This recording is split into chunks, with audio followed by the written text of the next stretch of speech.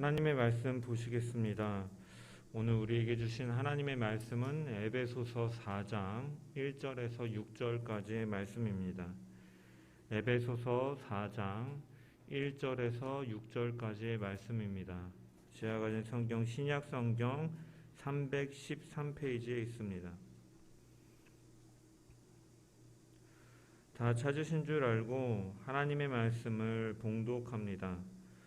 그러므로 주 안에서 갇힌 내가 너희를 권하노니 너희가 부르심을 받은 일에 합당하게 행하여 모든 겸손과 온유로 하고 오래 참음으로 사랑 가운데서 서로 용납하고 평안에 매는 줄로 성령이 하나 되게 하신 것을 힘써 지키라.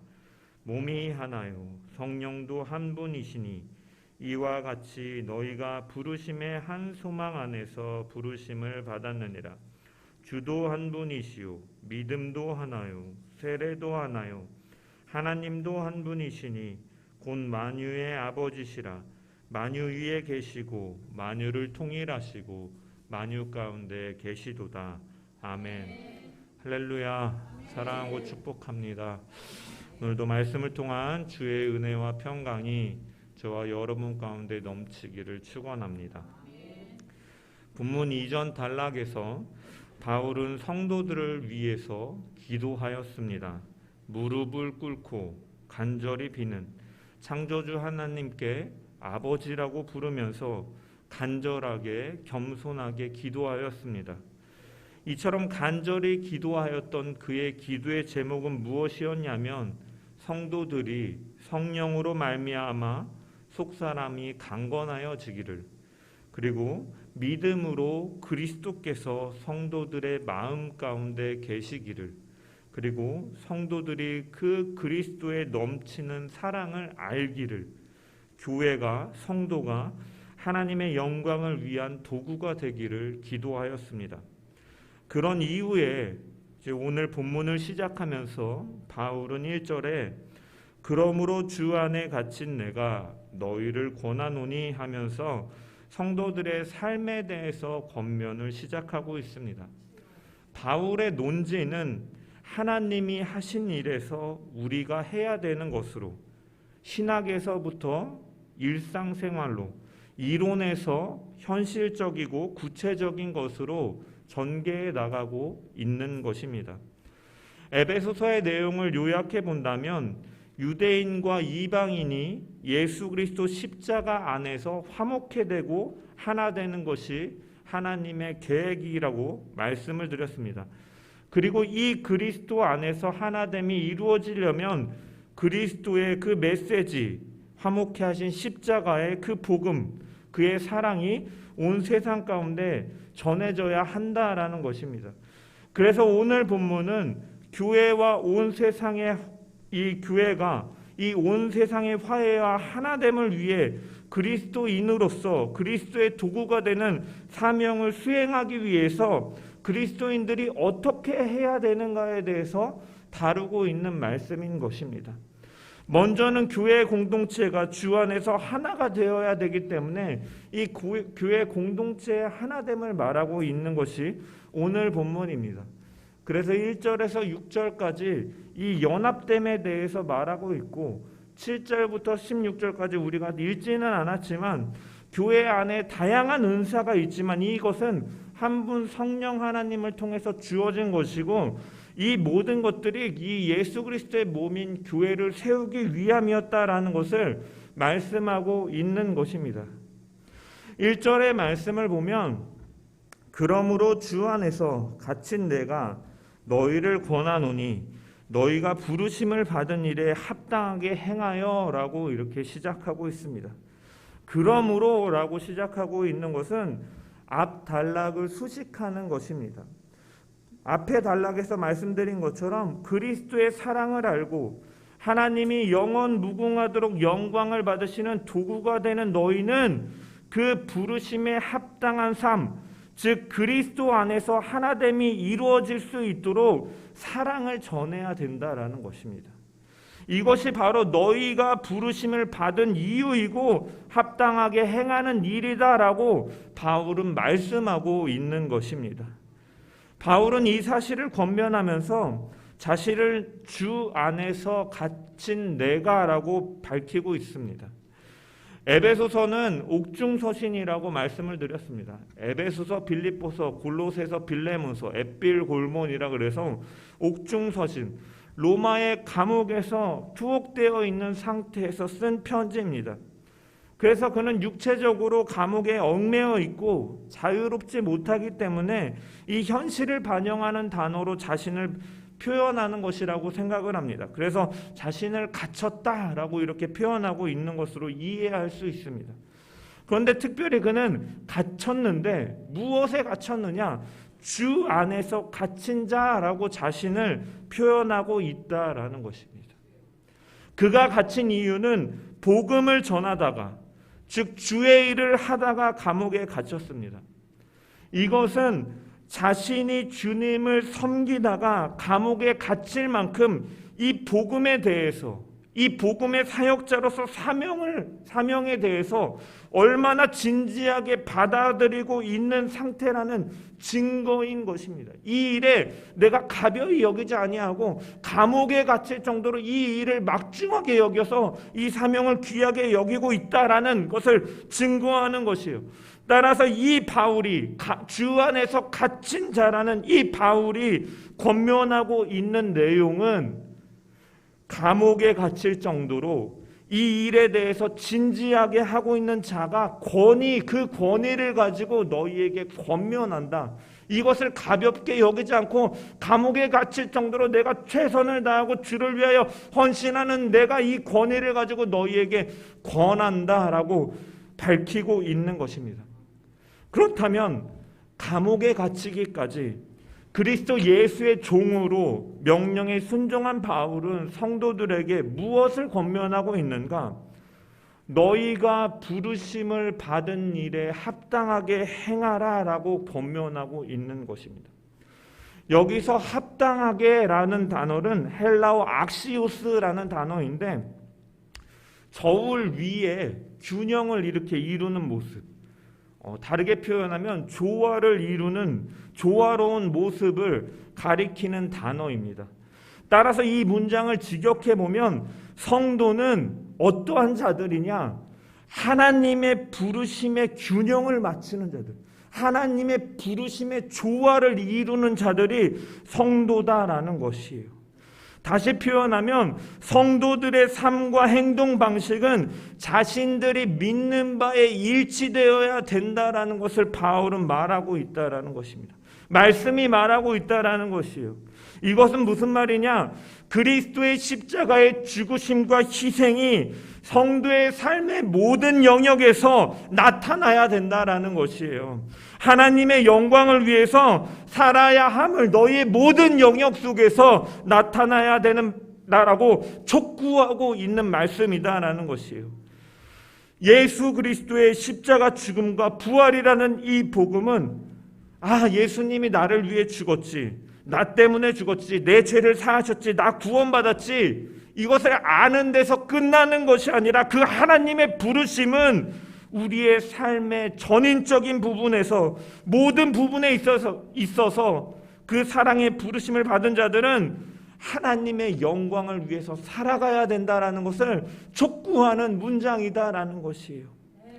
하나님께서는 성도를 세상에서 예수 그리스도를 대표하는 자로, 대신하는 자로, 성경의 표현대로라면 너희는 그리스도의 향기라, 너희는 그리스도의 편지다 라고 말씀하셨어요. 우리를 부르셨다라는 것이에요. 이 진리를 비추어 볼 때 예수님의 생명값으로 이제 하나님의 소유가 된 우리는 그 택함받은 특권에 따른 의무가 우리 가운데 있다라는 것이에요. 대한민국 국민은 대한민국의 헌법 속에서 보호하는 그 권리를 누리는과 동시에 국민으로서의 의무를 감당해야 되는 것처럼 하나님의 사랑을 입고 그리스도의 사랑으로 말미암아 하나님의 소유가 된 백성들은 하나님의 백성으로서의 의무를 또한 가지면서 살아가야 된다라는 것입니다. 바울이 자기의 모든 유익을 버리고 모든 것을 배설물로 여기고 다메섹에서 예수 그리스도를 만난 이후에 이방인의 사도로서 임명을 받아 감옥에 갇히기까지 자신의 삶을 들여서 주님의 영광을 위해 최선을 다하였던 것과 같이 우리 역시도 우리를 부르신 하나님의 부르심 앞에 우리의 행동과 삶이 합당해야 된다. 그 부르심에 조화로워야 된다. 그 부르심에 하나가 되어야 된다라고 우리는 기억하며 살아가야 될 줄 믿습니다. 이것이 바로 주 안에서 갇힌 자라는 것이에요. 성도는 바로 주 안에서 갇힌 자, 주의 소유된 자. 나의 모든 것이 주를 위하여 헌신하고 이제 내 삶의 목적이 주님을 위한 것으로 바뀌어지는 삶이다라는 것입니다. 그렇다면 여기서 바울이 본문에서 말하는 주 안에서 그 하나님의 부르심에 합당한 삶은 무엇인가? 오늘 본문에서는 무엇을 다루고 있는가? 교회의 연합, 이 통일성과 교회 안에 다양한 은사들이 그리스도 안에서 하나임을 말씀하고 있는 것이다라는 것입니다. 부르심을 받은 것, 부르심에 합당한 삶은 이 하나됨을 이뤄가는 삶이다라고 본문에 말씀하고 있다라는 것입니다. 그래서 먼저 바울은 4절에서 6절의 말씀을 보면 성도들을 향해서 이 교회의 구성원들인 그리스도인들이 하나됨을 이루어야 되는 근거가 어디에 있는가? 이 근거를 제시하고 있는 것입니다. 우리 4절에서 6절 말씀을 다시 한번 읽어보겠습니다. 시작.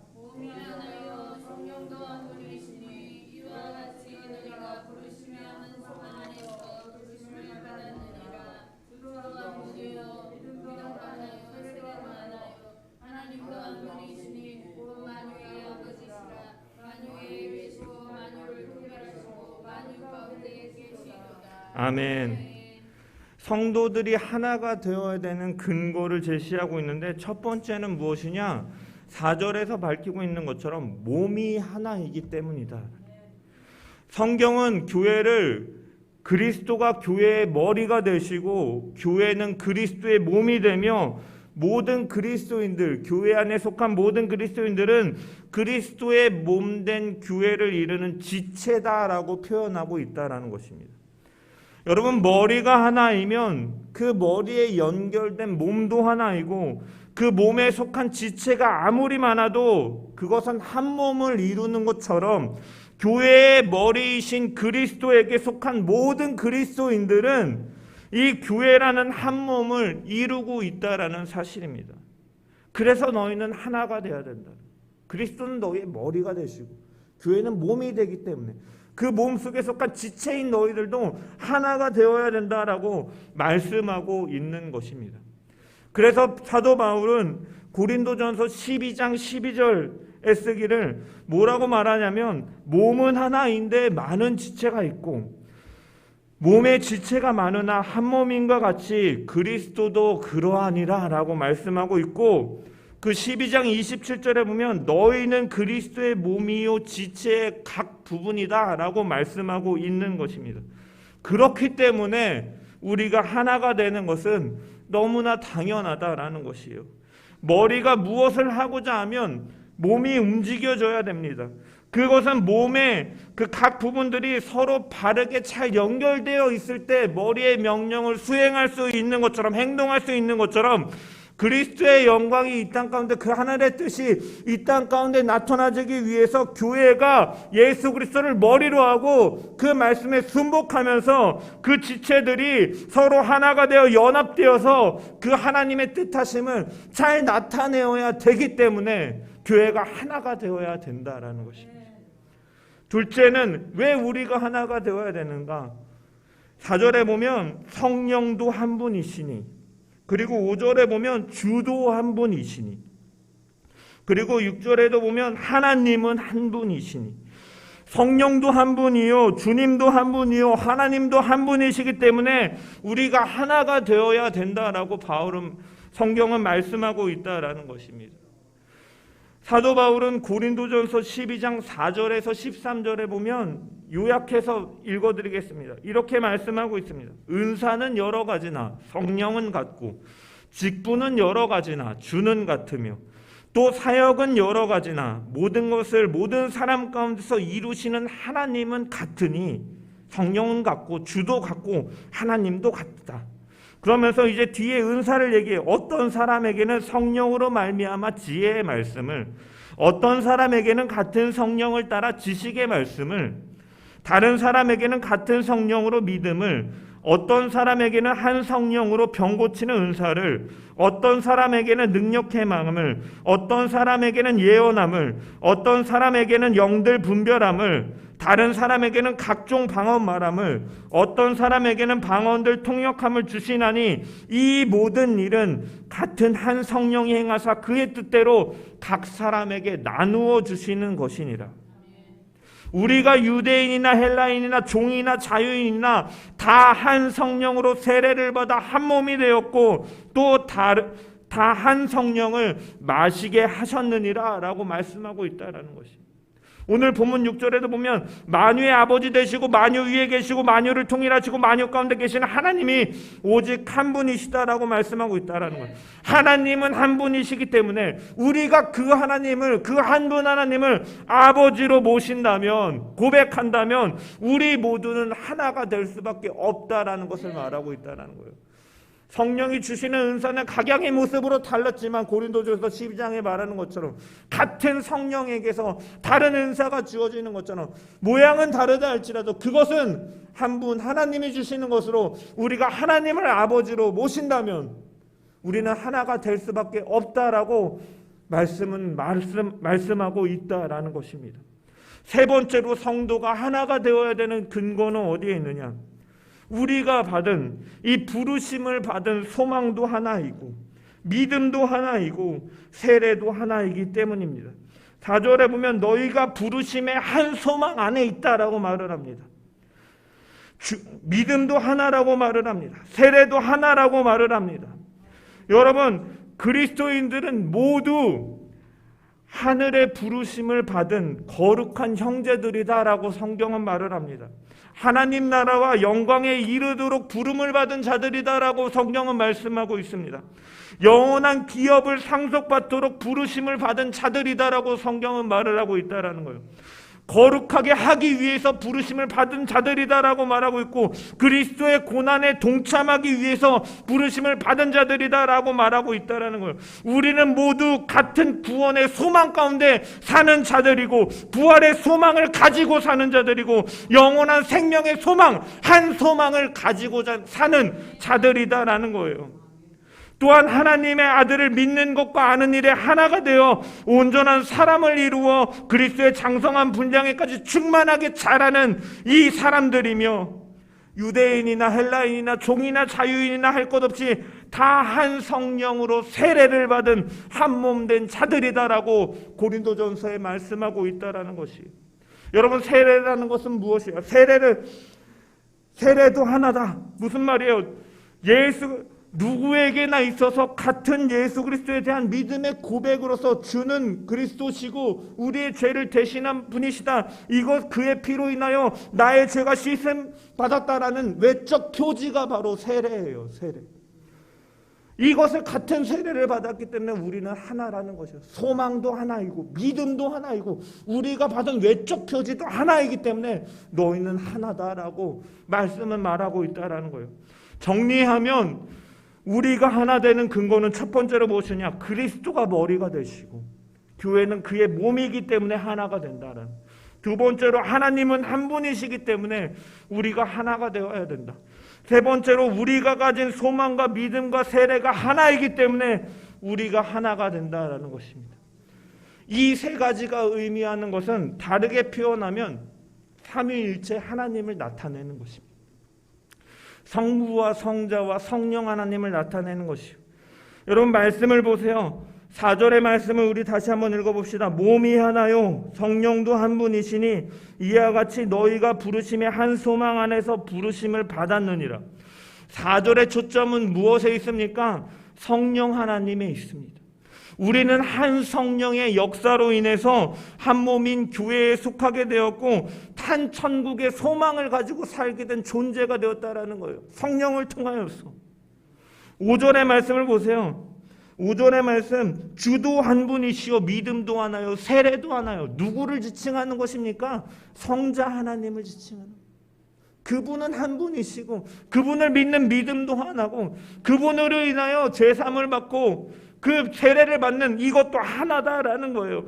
우리는 예수 그리스도 그 한 분 주님을 믿음으로 동일하게 그 고백하였고 그 같은 믿음을 갖게 되었고 한 믿음을 가진 그리스도인들이 한 표지로 동일한 신앙 고백을 드러내기 위해 세례를 받았다라는 것입니다. 성령과 성자. 그리고 6절의 초점은 누구에게 있습니까? 성부 하나님이시죠. 하나님도 한 분이시니 곧 만유의 아버지시라. 만유 위에 계시고 만유를 통일하시고 만유 가운데 계시니라. 성부 하나님. 우리는 그 한 하나님을 믿고 그 동일하신 하나님, 만유를 지으시고 만유를 창조하시고 만유를 통치하시고 만유 가운데 계신 그 하나님을 한 아버지로 모시고 살게 되었다라는 것이에요. 바울은 성령, 성자, 성부 순으로 말씀하고 있어요. 여러분, 이것은 교리적인 순서가 아니라 경험적인 순서예요. 성령의 역사로 인해서 신자는 죄를 깨닫게 되고 예수를 구주로 주님으로 인정하고 믿게 되고 그리고 예수님을 주님으로 믿음으로써 만유의 창조주 되시는 하나님을 우리 아버지가로서 되셨다라는 것을 알게 되는 것을 나타내고 서술하고 있는 것입니다. 이 세 가지를 하나로 요약하면 무엇입니까? 하나님, 성부, 성자, 성령 하나님, 삼위일체 하나님을 가리키고 있는 것입니다. 우리는 이 하나님을 아버지로 모시고 사는 자녀다라는 것입니다. 그러므로 우리가 하나다라는 것입니다.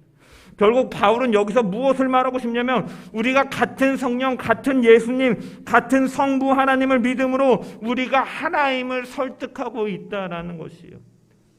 우리가 믿는 하나님, 우리를 지으신 하나님, 우리를 구원하신 하나님은 성부, 성자, 성령 삼위로 계시면서 또한 일체가 되시는 하나님이시다라는 것이에요. 아버지와 아들과 성령께서는 서로 구별되며 혼동되지 아니하고 섞이지 아니하고 각각의 위격을 지니신 분이시면서 또한 세 분이 아니라 오직 한 분 하나님이시다라는 거예요. 하나님은 그렇기 때문에 하나님이라는 존재 자체가 어떻게 보면 조화롭고 하나된 존재다라는 거예요. 세 위격을 가지고 계시지만 또한 근본 하나님의 본체시라 말씀하고 있는 것처럼 조화롭고 하나된 존재다라는 것이에요. 여러분, 여기에 굉장한 통찰력이 담겨 있습니다. 여러분, 하나님이 그러한 분이시다라면, 하나님이 조화롭고 통일되고 하나된 분이시다라면 하나님의 형상대로 지음을 받은 우리 인간 역시도 마찬가지다라는 거예요. 주 안에서 이제 창조된 모습으로 회복된 우리는 조화롭고 하나의 공동체적인 존재로서 회복되고 재창조되고 지음받았다라는 것이 당연하다라는 것이에요. 우리는 하나를 이루도록 창조되었고 다시 하나가 되도록 구원받았다라는 것입니다. 여러분, 창세기 11장에 보면 바벨탑 사건이 나와요.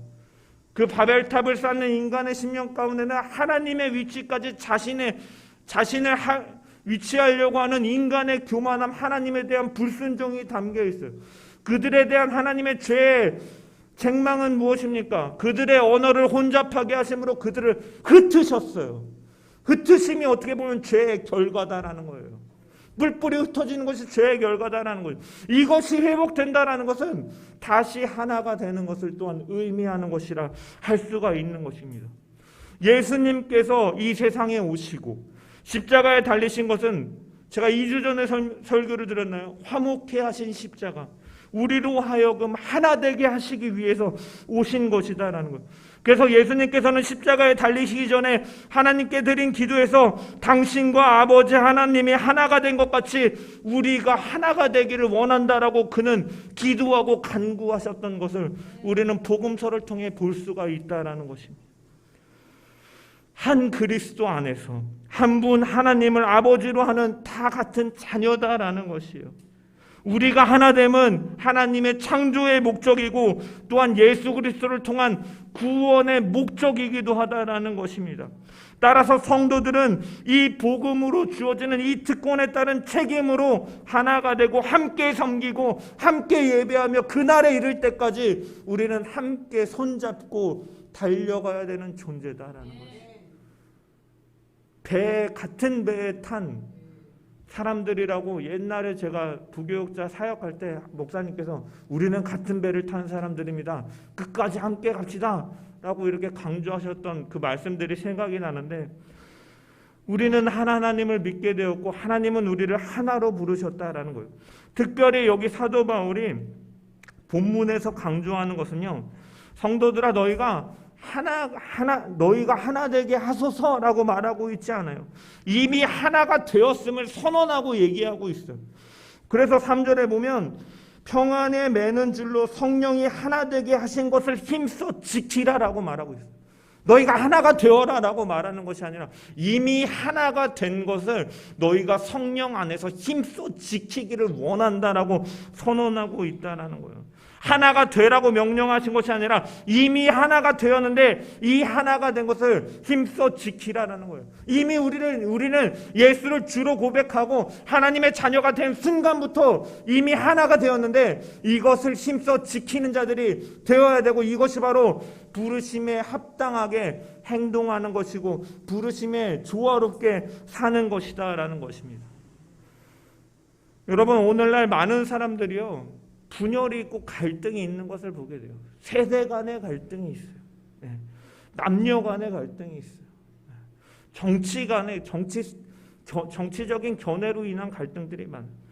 사람들은요 옳고 그름을 따지는 것을 너무나 좋아해요. 그런데 저는 그 사람들의 모습을 보면서 옳고 그름 저도 따지기 좋아하거든요. 그런데 그것만 따지다 보면 결국 사람은 상처를 받게 되더라고요. 왜? 옳고 그름을 따지다 보면 나는 맞고 너는 틀리거든. 그러니까 상대방에 대해서 공격하는 거예요. 공격해.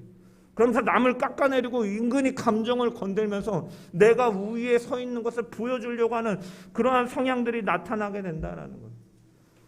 그래서 서로 상처를 입고 상처를 받아요. 인터넷 댓글창에 보면 얼마나 싸워대는지 모르겠어요. 여러분, 옳은 것을 말할 수는 있어요. 무조건 옳지 않은 것을 무조건 덮어주라는 것은 아닙니다. 그냥 좋은 게 좋은 것이다라고 말하는 것이 아닙니다. 중요한 것은 그 안에 사랑이 있어야 된다. 사랑. 그래서 바울이 그리스도의 지식에 넘치는 사랑을 너희가 알기를 원한다라고 말하고 있는 거예요. 여러분, 그 상대방을 자신과 같은 하나의 존재로 여기면서 잘못된 것을 말할 때는요 그렇게 공격적이 되지 않아요. 왜? 같은 한 공동체 안에 있으니까. 그런데 나를 제외한 다른 것으로 여기게 되면 그때부터는 나리선 공격을 하기 시작하는, 인격을 무시하고 조롱하고 비판하고 한다라는 거예요. 그렇지만 그것을 동일시하게 되면 그렇게 인격을 무시하고 조롱하고 비난하는 정도까지 가지는 않게 된다는. 여러분, 하나님은요 우리의 죄를 마냥 덮으시는 분이 아니셔요. 말씀을 통해서 우리는 말씀이 우리의 거울이라고 말씀하고 있잖아요. 우리의 죄에 대해서 책망하시고 죄에 대해서 깨닫게 하시고 돌이키게 하시고 때로는 징계도 하시는 분이세요. 하나님은 무조건 덮는 분이 아니고 무조건 용납하는 분이 아니다라는 거예요. 왜? 사랑의 하나님이시기도 하면서 공의의 하나님이시기 때문에. 그럼에도 중요한 것은 무엇이냐? 그럼에도 하나님은 죄인된 우리를 죄인으로만 보는 것이 아니라 자녀로 바라보시면서 그것에 대해 말씀하시고 그것에 대해 책망하고 계신다라는 거예요. 하나님은 우리가 죄를 지었기 때문에 죄 없으신 하나님의 자녀가 아니라고 생각하는 것이 아니라 우리가 아무리 많은 죄를 지었다 할지라도 우리를 당신의 자녀로 생각하면서 때로는 책망하시고 돌이키게 하시지만 비난과 멸시를 하시지는 않는 분이시다라는 거예요. 비판은 하시지만 비난은 하지 않으신다라는 것입니다. 옳은 말씀을 하시면서 그 안에 사랑이 있기 때문에 우리의 인격을 존중하신다라는 거예요. 조심스럽게 접근하신다라는 거예요. 그런데 우리는 그러한 부분들이 너무 부족하다라는 거예요. 옳고 그름만 가지고 말하면서 상대를 함부로 대한다라는 거예요. 상대방을 실족하게 하는 경우가 너무나 많이 있다라는 거예요. 도쿄올림픽을 우리가 보고 있는데 국가대표 그 각 종목을 응원하는데 어떤 사람들은 이 어떤 선수가 뭐 극단적인 페미니즘 사상을 가졌다 뭐 그런 용어들을 썼다라고 말하면서 과거의 한 말이나 행동 가지고 그의 인격을 비난하고 조롱하고 뭐 메달을 박탈해야 된다느니 그의 인생을 싸그리 막 무시하는 일들을 갖습니다. 뭐 야구 같은 경우에도 막 오히려 상대팀을 응원해서 니네 군대 나가라. 여러분 꼭 그 사람들이 면제를 받아야 되는 사람만 있는 것이 아니거든요. 국가를 위해서 그들의 영광을 위해서 자신이 가지는 것은 없지만 나아가서 열심을 다하는 선수들이 있어요. 그 가운데서. 그런데 그냥 조롱한다라는 거예요. 과거의 어떤 발언이나 어떤 행동 하나만 가지고 껌 씹는 모습 하나 가지고서 막 그의 인격 전부를 인생 전부를 조롱하고 막 비난한다라는 거예요. 다투고 갈등한다라는 거예요. 왜? 사람들은 서로 다르기 때문에. 자기가 아닌 것이라고 여기는 것을 그 사람이 하면은 그것을 막 공격하거든요. 그래서 그렇지만 사실은 다른 것은 다른 것이지 틀린 것이 아닌데 대부분 그렇게 공격한다라는 거예요. 그래서 이 사회가 굉장히 극단적이고 대립적인 그러한 갈등의 시대를 우리가 살아가고 있다는 거예요. 아픈 이야기지만 기독교 내에서도 이러한 일들이 너무나 빈번하게 벌어지고 있다는 거예요. 기독교 안에 특히 정치적인 스탠스로 인해서 막 서로 정말 그리스도 안에서 한 형제가 맞느냐 싶을 정도로 서로 공격하는 모습을 보게 됩니다. 진보는 보수를 향해서 이 꼴통 틀딱들이라고 말하고 보수는 진보를 향해서 저 빨갱이 새끼들 공산주의자들이라고 말합니다. 물론 보수 중에서도 꼴통이 있죠. 말이 안 통하는 막무가내식의 보수가 있죠. 그러나 모든 보수가 다 꼴통이 아니죠. 진보도 마찬가지예요. 진보가 다 공산주의 빨갱이는 아니에요. 여러분, 그런데 이런 이분법적으로 구분하고 무조건적으로 상대방을 공격하는 것은 매우 위험하고 이것은 그리스도 안에서 부르심에 합당한 삶은 결코 아니다라는 거예요. 여러분, 복음에는요 진보도 있고 보수도 있어요. 예수님은요 무엇보다도 보수적이에요. 기독교 신앙은 보수적이에요. 낙태에 대해서 그 생명을 태아살인이라고 말하면서 그 낙태를 해서는 안 된다라고 말하는 것은 이 사회 속에서 너무나 보수적인 생각이에요. 동성애에 대해서 반대하고 이것은 하나님이 기뻐하시지 않는 일이라고 말하는 것은 보수적이고 그렇지만 그것이 우리의 신앙의 고백이 왜? 하나님이 기뻐하시지 않으니까. 그런데 한편으로는 복음은 또한 진보적이에요. 예수님은 그 당시 문화 속에서 세리와 창녀와 같은 사람들이 대하지 않는 자들에게 먼저 다가가셔서 그 규칙을 깨트려 버리시면서 그들과 함께 하셨고 그들을 사랑하셨어요. 구약에 보면 레위기에 보면 희년에 빚진 자들이 모든 땅이 다시금 돌아가는 자신의 소유가 회복되는 토지가 회복되는 것들이 하나님의 법 속에서 나타나게 돼요. 복음은요 너무나 진보적이기도 하고 어떤 부분에서는 너무나 보수적이기도 하다라는 거예요. 하나로 정의할 수가 없다라는 거예요. 그런데 기독교는 보수주의다. 기독교는 진보주의다. 라고 한쪽으로만 재단해 버리는 것은 반쪽짜리로 만드는 것이에요. 복음을. 그리고 그 안에는 언제나 나는 옳고 너는 틀렸다라고 말하는 교만이 담겨 있다라는 것입니다. 성경은 우리 가운데 말씀하십니다. 하나가 되라 주 안에서. 그것이 부르심에 합당한 삶이고 그 하나를 위해서 너희가 겸손하라, 온유하라, 오래 참으라, 사랑하라 라고 말씀하고 있다. 사랑 가운데서 용납하라 라고 말씀하고 있다는 거예요. 이것은 이 하나됨을 힘써 지키기 위해 중요한 본분이기 때문에 그렇습니다. 우리 2절의 말씀을 다시 한번 읽어보겠습니다. 2절의 말씀 시작.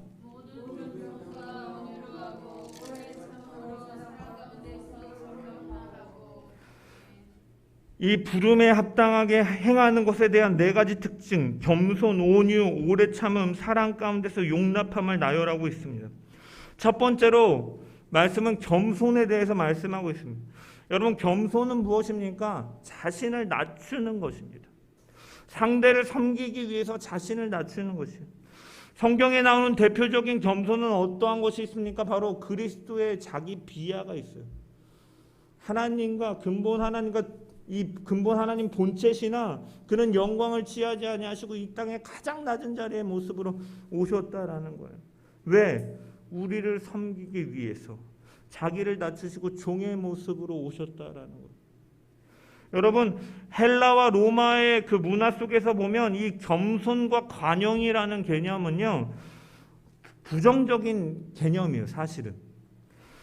그 어떠한 개념으로 바라보냐면, 원래는 그 로마 사람들은 당당하잖아요. 로마 시민권자라는 것은 굉장한 권위를 지니고 있는 존재다라는 거예요. 그래서 로마 시민권이 있는 사람들은 굉장히 자랑했어요. 자랑하는 것이 오히려 미덕이었고, 겸손과 관용은요, 어떻게 보면 부정적인 개념이에요. 왜? 자존감, 자존심이 없는 사람들, 결여된 사람들이 남 앞에서 굽신거린다라는 견해로 어떻게 보면 부정적인 이 특성이라고 보았기 때문이에요. 그런데 성경은 어떻게 보고 있느냐? 겸손을 긍정적인 것으로 바라봐요. 구약에서부터. 왜? 하나님은 겸손한 자와 함께 거하시기 때문에. 이사야서 57장 15절의 말씀을 우리 지금 한번 읽어보겠습니다. 우리 이사야 57장 15절. 이사야 57장 15절. 시작.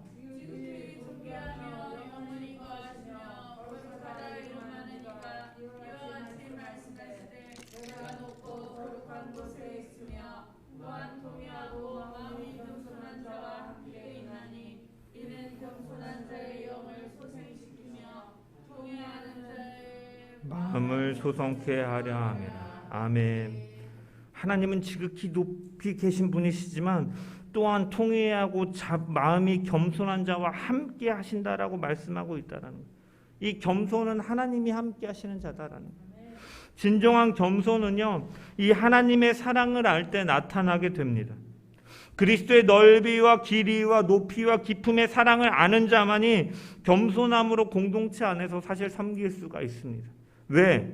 하나님 앞에서 자기의 죄인됨을 진정으로 깨닫는 자만이, 그리고 죄인된 나를 위해서 자신의 아들마저도 아끼지 아니하시고 용서하시며 구원하시는 그 하나님의 사랑을 깨달은 자만이, 그 하나님의 사랑을 아는 사람이 사실은 내가 얼마나 비천한 존재임을 알게 되고, 그렇기 때문에 그 진정으로 하나님 앞에서 낮아진 자가 남 앞에서도 낮아지며 남을 섬길 수 있고 남을 사랑할 수 있기 때문이다라는 것입니다.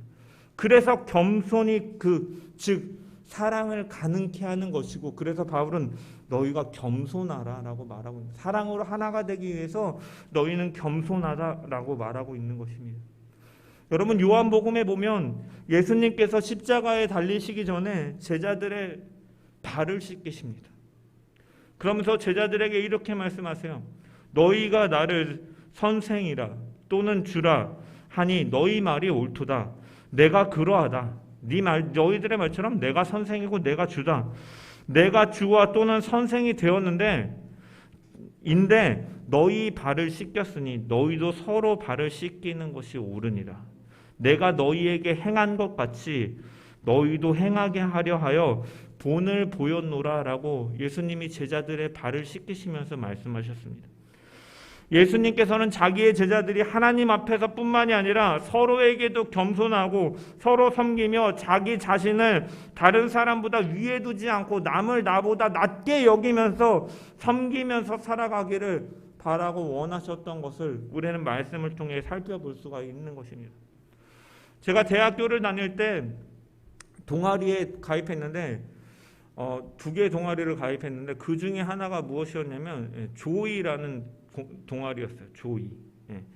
영어로 보면 기쁨, 즐거움, Joy, 기쁨, 즐거움이라는 단어인데, 이것은 그냥 기쁘고 즐겁게 놀자 이런 동아리가 아니라 사실은 이 안에는 기독교 정신이 담겨 있어요. Jesus first, others second, you third. 예수님을 첫째로, 이웃을 둘 번째로, 나를 세 번째로 나라. 예수님을 첫째로, 이웃을 두 번째로, 나를 마지막에 놓는 기독교 정신을 표현한 기독교 동아리였어요. 예수님이 그러셨던 것처럼 우리도 예수님의 그 넓고 길고 높고 깊은 사랑을 깨닫고 그 사랑을 우리 역시도 실천하며 살아가는 저와 여러분 되기를 소망해요. 하나님과 같은 분이시지만 그 영광을 차지하지 아니하시고 우리를 사랑하시고 섬기기 위해서 이 땅의 가장 낮은 자리에 오시고 주이고 선생이시지만 제자들의 발을 씻기셨던 것처럼 주님의 그 겸손과 사랑을 실천하며 그 하나님의 부르심에 합당한 삶, 하나 되게 하는 그 화목함을 우리가 나타내며 살아가는 세상의 빛 교회 성도들 되기를 주님의 이름으로 축원합니다. 두 번째로 바울은 온유에 대해서 말씀하고 있습니다. 모든 겸손과 온유로 하고, 여러분, 겸손은 마음가짐이라면 온유는 겸손에서 나오는 행동이라고 정의할 수가 있어요. 그래서 예수님께서도 온유한 자는 복이 있나니 그들이 땅을 기업으로 받을 것이다 라고 산상수훈에 말씀하셨어요. 이 온유는 무조건 화를 낼 줄 모르는 상태를 가리키는 말이 아닙니다. 온유라는 말의 본래 그 사전적인 어원을 살펴보면 중용이라는 의미를 나타내고 있는데, 양극단, 양끝 사이에 있는 중간을 나타내는 단어예요. 근데 이것은 단순히 산술적으로 무조건 중간을 말하는 것이 아니라 자신이 가진 힘을 감정대로 쓰거나 치우치는 것이 아니라 더 높은 목적을 위해서 절제하고 극단에 치우치지 않고 가는 절제하는 삶을 가리키는 것이에요. 여러분, 예수님의 삶을 생각해 보세요. 공생의 사역을 생각해 보세요.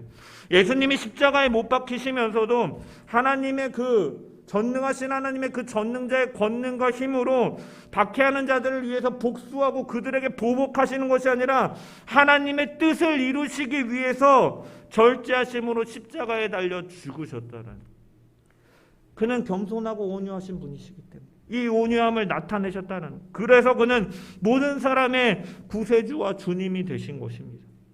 그러므로 여기 2절에 말씀하고 있는 이 겸손과 온유는, 이 언급된 자세는요, 본질적으로 주님이 보여주신 삶의 자세라고 정의할 수가 있는 것이에요. 그러므로 우리가 겸손과 온유를 나타내면서 이 땅 가운데 하나님의 뜻을 위해서 때로는 참고 인내하면서 절제하면서 가는 것이 예수 그리스도를 닮아가는 삶이고, 그 모습 속에서 우리는 사랑의 하나됨을 우리가 이뤄갈 수가 있고 하나님의 부르심에 목적에 맞는 삶을 살아간다라는 것입니다. 세 번째로 말씀하고 있는 것은 무엇입니까? 오래 참음입니다. 오래 참, 사랑과 일합과 화평과 오래 참음, 자비, 양선, 충성, 온유, 절제, 이것은 바울이 말하고 있는 성령의 열매 중에 하나인 것입니다. 잠깐 참는 것이 아니라 오래 참을 줄 아는 거예요. 여러분, 이 오래 참음은요, 사실은 하나님의 속성을 나타내는 것이에요. 하나님은 오래 참으시는 분이시거든요. 그래서 성령의 열매입니다. 우리의 힘으로는 할 수가 없어요. 성령을 통해서, 성령의 충만함 속에서 하나님의 그 인품이 하나님을 닮아가고 예수 그리스도를 닮아가는 우리의 모습 속에서 나타내어지는 열매이기 때문에 성령의 열매로 표현하고 있는 것입니다. 여러분, 이 오래 참음은요, 우리 인간을 향한 하나님의 그 진노를 참으시는 그 모습, 그렇기 때문에 그것이 우리의 사실은 구원의 원동력이 되는 하나님의 속성이에요. 하나님이 오래 참으시지 않는 분이라면 우리는 이미 구원받기 이전에 심판의 불에 던져져야 될, 멸망받아야 될 존재들이지만, 하나님은 오래 참으시는 분이시기 때문에, 그 속성을 지니신 분이기 때문에 우리를 구원하시는 그 원동력이 된다라는 것이죠. 그렇기 때문에 감사해야 될 것이고, 우리 역시도 그 하나님의 오래 참음 속에서 하나님의 자녀가 되었기에, 자녀가 아버지의 모습을 닮아가는 것과 같이 우리 역시도 이 하나님의 속성이 우리의 삶 속에서 드러나야 된다라는 것입니다. 마지막으로 말씀은 무엇을 말하고 있느냐? 사랑 가운데서 서로 용납하라라고 말씀하고 있어요. 여러분, 겸손이 마음가짐이고 온유가 겸손에서 나오는 행동이라면 오래 참음도 마음가짐이고, 사랑 가운데서 서로 용납하는 것을 오래 참음의 행동적인 측면이라고 정의할 수가 있어요. 서로 용납하는 것은 기꺼이 용서하는 것, 오래 참음을 통하여서 용서하는 것을 강조하고 다른 사람에 대해서 공감해 주는 것을 포함하는 것이에요. 이 오래 참음을 보여주기 위해서는 사랑이 필요하기 때문에 사랑 가운데서 서로 용납하라라는 것이에요. 여러분, 이 사랑 가운데서 서로 용납하라라는 것, 여러분, 때로는 이 사랑이요, 무조건 기쁘고 즐거운 것만은 아닐 수가 있어요. 서로 용납, 나와 다르지만 참고 인내하고 받아들이고 공감하고 용납하는 것이 때로는 우리에게 짐이 될 수도 있다는, 그렇지만 사랑 가운데서 그것을, 때로는 그것이 짐이 될 수 있지만, 다를 수 있지만, 내 마음이 내키지 않을 때도 있지만, 그것을 그 안에서 사랑으로 용납해야 된다라고 바울은 말씀하고 있다라는 것이고, 하나님께서 말씀으로 우리에게 오늘날 말하고 계시다라는 것입니다. 이제 말씀을 마무리합니다. 세상의 빛 교회 성도들이 우리를 하나 되게, 그 하나님께서 우리를 하나 되게 하신 것을 기억하면서 그것을 힘써 지키는 성도들 되기를 주님의 이름으로 축원합니다. 너희가 부르심을 받은 일에 합당하게 행하여, 우리가 이 부르심을 기억하면서 합당하게 행하며 삶의 모든 가운데서 하나님의 그 부르심에 조화롭게 살아가는 저와 여러분 되기를 소망합니다. 왜 우리가 하나가 되어야 됩니까? 하나님은 한 분이시고 우리가 가진 믿음과 세례와 소망도 하나이고 성령의 다양한 은사도 하나의 목적, 교회를 세우기 위한 목적으로 주어진 것처럼 우리가 하나가 되어야 된다라는 것입니다. 이를 위해서 겸손한 사람이 될 수 있기를 축원합니다. 온유한 사람이 될 수 있기를 축원합니다. 저도 잘 안 되는데 반성을 많이 했습니다. 말씀 중에. 겸손한 자, 온유한 자, 오래 참을 수 있는 사람이 되기를 축원합니다. 그리고 사랑 가운데서 서로 용납하는 자들 되기를 주님의 이름으로 축원합니다. 그리하여서 평안의 줄로 성령이 하나 되게 하신 것을 힘써 지키는 우리 세상의 빛 교회 성도들 되기를 주님의 이름으로 축원합니다.